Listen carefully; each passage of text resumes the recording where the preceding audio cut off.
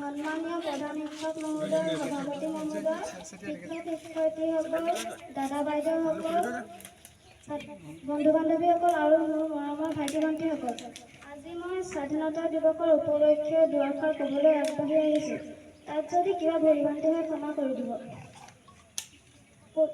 প্ৰতি বছৰে 15 আগষ্টৰ দিনা স্বাধীনতা দিৱস উদযাপন কৰা হয়। 1947 চনৰ 15 আগষ্টৰ দিনা ব্ৰিটিছ শাসনৰ পৰা ভাৰতে স্বাধীনতা লাভ কৰিছিল।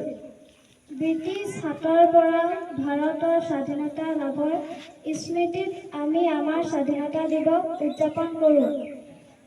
এই দিৱসক ৰাষ্ট্ৰীয় দিৱস বুলিও কোৱা হয়। স্বাধীনতা দিৱসত আমি ৰাষ্ট্ৰীয় সংগীত গাই পতাকা উত্তোলন কৰোঁ। সমগ্ৰ ভাৰতবাসীয়ে অতি উৎসাহেৰে এই পতাকা উত্তোলন কৰে। এই উপলক্ষেও দেশপ্ৰেমমূলক গীত গাই আৰু সাংস্কৃতিক অনুষ্ঠান পৰিৱেশন কৰা হয়। ইয়াকে কৈ মই